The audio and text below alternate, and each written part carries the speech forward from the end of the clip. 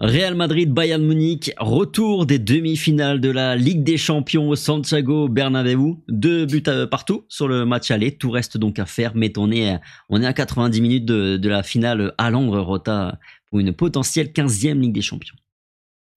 Ouais, c'est forcément très stressant, mais voilà, ça nous fait vibrer, ça nous fait palpiter. On a hâte déjà d'être à demain pour voir ce match à Bernabéu. Tu auras la chance de le voir en direct et je pense que tu devrais te régaler avec cet écran 360, cette ambiance, on le sait, qui sera présente hors du stade et dans le stade. Donc ouais, forcément, c'est haletant, c'est comme je l'ai dit, on va vibrer. J'espère qu'on va se qualifier parce que je pense qu'on n'est pas loin de cette 15e Ligue des Champions. Donc voilà, le Real est pour moi la meilleure des 4 équipes restantes. Maintenant, il faudra le prouver sur le terrain et ça commence déjà demain. Ouais. Parlons un petit peu d'abord du Bayern. Alors évidemment, on va pas réanalyser le Bayern, on va pas redire tout ce qui a été dit déjà sur la preview du match aller. Je note juste qu'ils ont pris 3-1 à Stuttgart ce week-end, au terme d'un match assez pauvre, de ce que j'ai pu lire et entendre, parce que j'ai pas vu le match. Toi, tu as eu des échos dessus? Moi, j'ai regardé juste un gros résumé. Bon, ils avaient un petit peu fait tourner, mais il y avait quand même quelques joueurs qui seront titulaires face au Real. Et surtout, Stuttgart joue encore la deuxième place. Donc il y a quand même aussi un intérêt économique pour le club, même si je pense que ça devrait le faire puisqu'ils ont semble encore un point d'avance. Mais voilà, le Bayern aura eu quand même une saison compliquée au niveau comptable. Ça fait quand même pas mal de défaites et ils nous ont pas habitués à ça. Ils peuvent douter, voilà, c'est ce qu'il faut se dire. C'est une équipe qui peut douter, c'est une équipe qui est battable, tout simplement parce que je crois qu'à l'extérieur, elle est à 7 défaites cette saison. C'est énorme quand même pour un club comme le Bayern Munich. Donc, il va falloir se servir aussi de ça, de ce qu'on a vu sur le match aller, de leurs failles et puis de psychologiquement aussi se dire que voilà, c'est une équipe qui peut facilement douter dans un match si elle est mise à mal. Donc, c'est aussi des choses à utiliser pour le Real. Ouais, ils sont à 7 défaites en championnat, donc effectivement, je pense qu'il faut remonter à quelques années avant de retrouver pareil chiffre. Autre point noir quand même, peut-être finalement le seul véritablement en vue de ce match face au Real Madrid, c'est que Rafael Guerreiro s'est blessé durant cette partie. Il est forfait pour le match contre le Real Madrid. Il a été entré à la pause à l'Allianz Arena.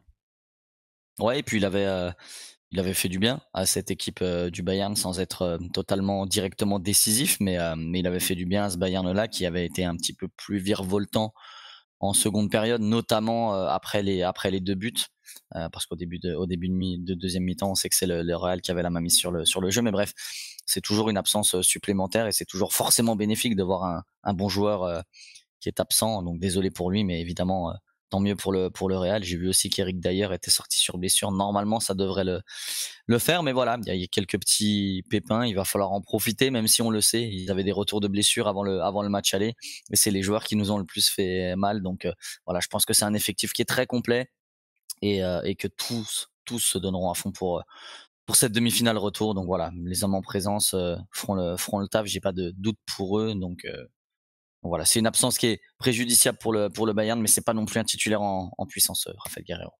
Ouais, information à confirmer, mais en revanche peut-être bonne nouvelle pour Tuchel, c'est qu'il se dit quand même que De Ligt pour être de retour lui face au Real Madrid demain. On n'a pas encore totalement les dernières infos au moment où on tourne, puisqu'on tourne avant les points presse et les derniers entraînements, mais ça pourrait être un retour en tout cas important, ça en l'occurrence. Ouais, ça pourrait être un retour important. Après, Dans son état de forme. Je tente à me dire, voilà, Militao est un peu plus près que ne l'est De Ligt certainement, et on voit qu'il est pas prêt pour ce type de match encore. Donc voilà, De Ligt, à voir ce que ça peut donner. C'est un très bon joueur, dans le domaine aérien, mais aussi c'est un joueur qui est quand même assez lent de manière générale. Donc quelle place est-ce qu'il prendrait la place de Kim Jim-hae, je sais pas. J'ai des doutes, mais le voir titulaire contre le Real, pour moi, ce serait presque une bonne nouvelle par rapport aux dispositions offensives du Real. Donc voilà, c'est pas un retour qui me fait plus peur que ça. Ok. À noter que Kingsley Coman, toujours absent entre autres. Musiala, Niabri, ils seront là, pas de souci comme au match aller. Côté Real, week-end parfait puisque le titre a été officiellement acquis après le succès contre Cadiz et après la défaite du Barça, surtout face à Girona. Enfin surtout non, aussi. Quels enseignements tu ressors toi de ce match? Qu'on n'avait pas eu l'occasion de faire un débrief, mais quels enseignements tu ressors de ce match en vue évidemment du match face au Bayern aujourd'hui, pas demain? Bah, j'en tire les enseignements. C'est un peu ce que j'avais noté dans les notes. On n'a pas fait de débrief, c'est vrai, mais c'est ce que je t'aurais dit si on avait échangé là-dessus. Je trouve que le coaching d'Ancelotti était très bon pour le coup. Très très bon dans le sens où il a beaucoup fait tourner, donc il a reposé du monde, mais il a quand même concerné les joueurs qui ont besoin de rythme, comme on le disait assez souvent, donc Bellingham, Vinicius. Donc je suis assez content du turnover qu'il a opéré. Ça a payé parce que le Real s'impose assez facilement face à Cadiz qui joue son maintien. En plus le Real est forcément champion derrière, donc c'est un week-end parfait comme tu l'as dit. Pas de célébration en plus de la part du club, évidemment logique, mais c'est très intelligent aussi. J'espère qu'il n'y aura pas de relâchement psychologique par rapport à ce titre acté, mais j'en doute pas. Je pense que le Real est très focus sur cette demi-finale retour. Mais voilà, moi, les enseignements sont ceux-là, c'est que je pense qu'il y a eu du repos pour ceux qui en avaient besoin et qu'on a donné un petit peu de rythme, juste ce qu'il fallait pour ceux qui ont aussi besoin d'avoir un petit match entre deux, pardon. Donc très content en tous les cas aux abords de cette demi-retour. Ouais. Moi, en enseignement, peut-être que je ressors de ce match, c'est par rapport à Militao. On pouvait encore avoir le point d'interrogation. Est-ce que peut-être sur le retour, il serait, pour ce match au retour là au Bernabeu, est-ce qu'il pourrait être potentiellement dans le 11? Je pense qu'on a vu assez clairement que Militao, dans son cas, il est clairement pas prêt encore pour jouer un match de Ligue des Champions avec une telle intensité. De ce que j'ai revu, parce que je l'ai pas vu en direct, mais je l'ai vu après coup le match. Voilà, sur certains duels quand même encore un peu fragile quoi. Alors que c'est pas du tout son jeu en théorie. C'est un défenseur qui est habituellement très solide. Ouais, non, je pense qu'il est pas prêt du tout pour ce type de match encore. Il lui faudra un peu de temps et c'est bien normal. On l'avait souligné, on le craignait un petit peu, mais là évidemment, je pense que ça s'est vu. Il perd deux gros duels, dont un qui force Courtois à s'imposer derrière sur un duel face à Chris Ramos. Donc oui, je pense que c'est assez clair. Il sera pas aligné. En tous les cas, ça serait incroyablement surprenant de le voir aligné demain. Mais je pense qu'il est encore un peu juste. Même pour la finale, je pense que sans avoir de match référence, que serait cette demi-retour si jamais le Real passe, il sera pas non plus aligné pour la finale. Donc je pense que le Real va tempérer, va être très prudent avec lui donner quelques matchs de championnat pour lui redonner un petit peu de rythme. Et je pense qu'il sera focus sur sa préparation de la saison prochaine. Mais en théorie, on ne devrait pas voir de Militao en Ligue des Champions cette saison. On a vu Thibaut Courtois aussi à l'heure de retour. Tu viens de le citer, il a fait une parade déterminante puisqu'il fait il gagne un face-à-face et derrière c'est le but de Brahim pour l'ouverture du score du Real. Tu l'as trouvé comment, Courtois? Pas si serein que ça finalement. Pas si serein que ça. Je pensais qu'il me rassurerait plus. Ça paraît débile, mais je pense que c'est surtout un sacré loupé de Chris Ramos qui lui tire dessus. Même si la sortie est très belle, évidemment, il faut sortir dans les pieds et puis au bon moment. Maintenant, je l'ai trouvé assez hésitant. Il m'a rassuré dans les airs, mais ça c'était pas nouveau. Mais je l'ai trouvé très lent en fait dans ses sorties précédentes. Je pense qu'à 2 reprises, il peut prendre un but parce qu'il met du temps à sortir. Donc pas totalement rassuré honnêtement. Donc oui, à l'heure actuelle, évidemment, déjà Lounine a été confirmé pour cette demi-retour et il y aura pas de doute. Et j'attends de voir d'autres matchs pour savoir si éventuellement le Real passe en finale, s'il sera un peu plus prêt. Pour le moment, je fais un peu le même constat que Militao. Je prendrais vraiment pas de risque. Et pourtant, j'ai été de ceux qui disaient que si Courtois était à 100%, il y avait même pas de débat avec Lunin. À l'heure actuelle, à mon sens, il est pas du tout à 100%. Et donc, être titulaire pour une éventuelle finale, je le vois pas aujourd'hui en tout cas. Ouais, en tout cas pour la demi, effectivement pour demain, il n'y a absolument aucun doute. Son Ancelotti l'a dit même dès la semaine dernière, fin de semaine. Il a dit que c'était avant Cadiz, je crois qu'il a dit ça, et qu'il a dit que Lunin serait conforté pour le match retour, donc cette demi-finale de Ligue des Champions. Il a dit après on verra. Donc malgré tout, il ferme quand même pas la porte à une potentielle titularisation de Courtois sur une potentielle finale. Mais en tout cas, clairement, on est d'accord. L'impression laissée par Courtois, c'est qu'il y a besoin de quelques matchs, mais c'est pas une surprise. Même si je pense que Courtois sera quand même plus prêt plus rapidement que Militao. Mais Oui. encore une fois, attendons de voir. Passons déjà sur la demi-finale de Ligue des Champions. Allons en finale d'abord, et puis après on verra ce qu'il en est pour les uns et pour les autres. Est-ce que tu vois des ajustements à faire pour Carlo entre l'aller et le retour? Pas spécialement, peut-être tactiquement, je pense que le Real, mais je l'ai déjà dit, le Real doit être plus audacieux, surtout à domicile. J'espère que ce sera le cas. Ça a quand même un peu plus été le cas face à City lors du quart aller que ce qu'on a vu au retour, on a énormément subi. Donc j'espère qu'avec des supporters du stade, il y aura un petit peu plus d'envie d'aller chercher ce but. Et puis surtout, j'espère voir un Real qui, lorsqu'il ouvre le score, ne recule pas. Mais ça, malheureusement, j'ai encore envie de me répéter. Je pense qu'on n'est pas prêt de le voir. Je pense qu'on a un entraîneur très conservateur qui ne prendra pas énormément de risques. Maintenant, des ajustements sur la composition tactique, pas spécialement. Mis à part le fait que Carvajal va rentrer pour Lucas Vazquez et que c'est une très très bonne nouvelle. Le reste, je pense que on devrait voir un bis repetita de la compo du match aller. Ouais, tu confortes, tu maintiens Nacho avec Rudiger au milieu de terrain, Tchouaméni en sentinelle et Camavinga sur le banc. Tu maintiens ça? Je maintiens ça, ouais, parce que comme je l'ai dit, Camavinga est un peu en deçà de ce qu'il sait faire ces derniers temps. Donc encore une fois, le garder comme cartouche si jamais il y a besoin de lui. On connaît sa qualité, sa capacité à garder le ballon, à récupérer. Donc je sais qu'il peut être précieux dans les derniers instants. Donc je préfère repartir sur cette compo qui pour le moment fonctionne bien. En tous les cas, Nacho Rudiger, ça commence à bien prendre. En tous les cas, sur les 3 derniers gros matchs, les 2 ont été très bons. Donc je maintiens ça sans trop de problème. Ouais, totalement d'accord. Même rien à ajouter. Je maintiens Nacho qui est très bon dernièrement sur les gros matchs, en tout cas sur la Ligue des Champions depuis même le Classico. On peut inclure évidemment le Classico. Puis je garde aussi Camavinga en sortie de banc. Son Tchouaméni, Kroos, Fede Valverde, moi je leur ai dit, c'est le meilleur trio cette saison du Real Madrid sans aucun problème. De toute façon, c'est toujours le trio de Carlo Ancelotti sur les gros matchs et pour le coup, a raison, je trouve, parce que c'est ce qui fonctionne le mieux, le plus complémentaire. Même si on l'a déjà dit, mettre Camavinga sur le banc, parfois c'est compliqué parce que c'est tout le temps compliqué même. Mais voilà, c'est le meilleur trio. Donc effectivement, pareil, je garde comme sur l'aller Modric, Camavinga et Brahim Diaz en joker. Rota, pourquoi faut-il croire la qualité du Real? Parce qu'on est supporter du Real Madrid et parce qu'on sait que cette équipe est capable de tout. Comment ne pas croire à une qualification du Real, même s'il y avait eu 3-0 à l'aller, je vous donnerais 10 raisons d'y croire. Donc après un match nul de partout à l'Allianz Arena, évidemment qu'on peut y croire, on peut y croire parce que c'est la destinée du Real Madrid de remporter la Ligue des Champions. Donc évidemment, face à ce Bayern là qui pour moi n'est pas le meilleur Bayern de l'histoire, même si attention, on l'a vu au match aller, il est capable d'être létal même lorsqu'il souffre.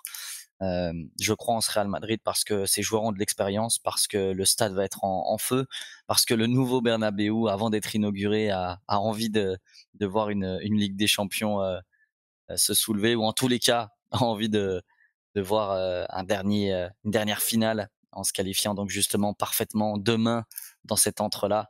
Et voilà, parce qu'Ancelotti et ses joueurs, comme je l'ai dit, ont de l'expérience et je pense que voilà, ils savent gérer ce type de match. On est à domicile, c'est un match retour, on est favori. Il va falloir confirmer, mais j'ai confiance en ce Real-là en tout cas.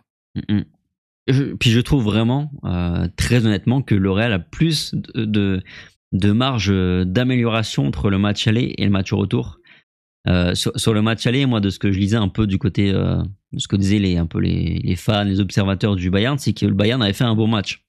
Elle a fait un vrai bon match contre le Real Madrid, que même ils étaient un peu frustrés de ne pas avoir fait un meilleur résultat que ça, alors que tandis que côté Real Madrid, notre sentiment il est quand même un peu pas le contraire, mais quand même différent dans le sens où on sait que le Real Madrid est capable de faire bien mieux que ce qu'ils ont fait sur le match aller. Donc je trouve que le Real a plus de marge d'amélioration, même si encore une fois, attention, tu l'as dit, capacité d'être létal côté Bayern, parce que leurs deux buts ils les mettent quand même sur leur temps faible, peut-être même leur pire temps faible de la partie où vraiment ils n'arrivaient plus à ressortir et on était vraiment sur tout proche même du 2-0. Donc ils ont évidemment les qualités individuelles, donc attention, mais je pense que si le Real Madrid fait un top match, ça doit passer. Ouais, moi j'ai pas peur des mots, hein. Je pense qu'on a fait un très mauvais match. Un mauvais match, allez. Je vais peut-être pas abuser sur le trait, mais Pour moi, on fait un mauvais match. Il y a beaucoup de joueurs qui ne sont pas à la hauteur et surtout collectivement, le Real a manqué d'audace, ouvre le score un peu contre le cours du jeu et puis ensuite se contente comme bien souvent de ça. Alors après, c'est vrai qu'on prend 2 buts. À un moment, on est bien mieux en début de seconde période où là, ça commençait à bien jouer, où le Bayern était dans un temps faible comme tu l'as dit. C'est des choses qui peuvent arriver. C'est pour ça que je le dis, je le répète, mais ces gros matchs se jouent sur des détails et le penalty, par exemple, en était un et il retourne totalement le match. Maintenant, quand le Real et c'était déjà mon impression face à City, malgré tout le gros Manchester City que c'est, quand le Real décide d'appuyer sur l'accélérateur, il est capable de marquer pratiquement à tout moment. Donc voilà, j'espère que le Real justement accélérera de la première à la dernière seconde. Et si c'est le cas, je pense que ça devrait bien se passer. En tout cas, sinon, c'est clair qu'il y aura on pourrait avoir des regrets parce qu'effectivement, à chaque fois qu'on pousse, qu'on accélère, qu'on a remonté le bloc de 30-40 mètres, qu'on va aller chercher tout de suite, on se met à récupérer haut les ballons, on se commence à avoir des phases de possession. Puis dès que tu as du Vinicius, du Bellingham, du Rodrigo qui touche régulièrement des ballons à l'entrée de la surface, notamment et particulièrement Vinicius, il y a un moment donné où il trouve toujours là où les solutions pour aller chercher quelque chose. En l'occurrence sur le retour, sur le match aller, pardon, c'était le penalty avec Rodrigo. Il y a aussi l'effet Bernabeu, forcément. Ouais, bien sûr, mais attention quand même, hein, parce que sur le match aller, c'était pas le cas dans le quart de finale. On a eu un très gros Vinicius. On peut aussi avoir un Vinicius, ça peut lui arriver, juste qu'il soit moins en forme. Et là, ça change aussi toute la face du Real. Lorsque Vinicius n'est pas en forme, c'est un moins bon Real. Lorsqu'il est en forme, le Real Madrid est pratiquement intouchable. Donc attention. Et je l'avais dit aussi après le match aller. Le Real n'a pas gagné depuis le 8e de finale aller un match en Ligue des Champions. C'est que des matchs nuls. Et j'ai encore les fantômes qui me reviennent de la séance de tir au but à Bernabeu où Ramos, Kaká et Cristiano Ronaldo loupent. J'ai pas envie de revoir ça demain, donc j'espère qu'on va casser cette série et l'emporter. Ouais, c'est vrai. Même si après le facteur Vinicius, moi j'ai confiance. Vinicius, ce genre de match, c'est vraiment très rare qu'il passe à côté. L'effet Bernabeu aussi, je disais, ce sera le feu, le toit fermé, les écrans géants qui sont maintenant opérationnels et qui amplifient vraiment l'ambiance à travers les animations, le soutien et la confiance du Bernabeu sans faille dans les grands matchs. C'est un peu bateau peut-être de dire ça, mais c'est vraiment un facteur déterminant aussi. Non, c'est pas bateau, comme tu dis, c'est ultra déterminant parce que on le voit, il y a un énorme effet domicile extérieur dans le foot. J'ai l'impression que plus les années passent, plus on migre sur un effet rugby. Au rugby, une victoire à l'extérieur, même en première division, c'est ultra rare. Hein. Mis à part un ultra favori face à une équipe de bas de tableau, mais sinon il y a vraiment cet effet-là et je trouve que dans le foot on le retrouve de plus en plus. Alors évidemment il y a des victoires à l'extérieur, hein, je suis pas en train de dire que ça disparaît, mais j'ai l'impression que ça s'estompe avec les années, qu'il y a une vraie importance en tous les cas du soutien du public et comme tu l'as dit dans un Bernabeu toit fermé avec son ambiance qui résonne 15 fois plus qu'avant. Dans un match comme ça, coup près, même Muller en parlait, il avait hâte de voir ça parce qu'il le disait, il était déjà impressionné par ce stade qui était en ville voilà, on contourne une ruelle et on voit un stade de 80 000 personnes. Il trouvait ça déjà impressionnant. Il avait hâte de voir ça et que ça stimulait les joueurs. Alors évidemment, ça va le stimuler, mais ça peut aussi en impressionner d'autres côté Bayern. On espère que ça aura cet effet-là et que ça fera déjouer les Bavarois. Mais en tout cas, oui, je pense qu'il y a cet effet Bernabeu. On va pas répéter cette fameuse phrase de Juanito, mais voilà. 90 minutes au Bernabeu, c'est très très long, 120 également. Donc on espère que le Real n'aura pas besoin d'une éventuelle prolongation parce qu'on tient nos petits cœurs, mais on espère surtout que le Real se qualifiera devant son public. Et mine de rien, dans ce groupe, il y a quand même pas mal de joueurs qui ont vraiment des raisons d'être surmotivés. On a Bellingham qui peut aller chercher sa première Ligue des Champions avec le Real Madrid dès sa première saison. En plus, quelle première saison, ce serait quand même absolument fou. Et puis il y a la course au Ballon d'Or aussi, hein, d'ailleurs indirectement. Sans doute que c'est aussi dans un petit coin de sa tête, même si on communique pas dessus. On a Lunin aussi. Et dans celle de Vinicius aussi. Et dans celle de Vinicius qui a la même chose en tête, je pense. Évidemment, on a Lunin aussi qui peut gagner sa première Ligue des Champions en tant que titulaire, en ayant vraiment un rôle.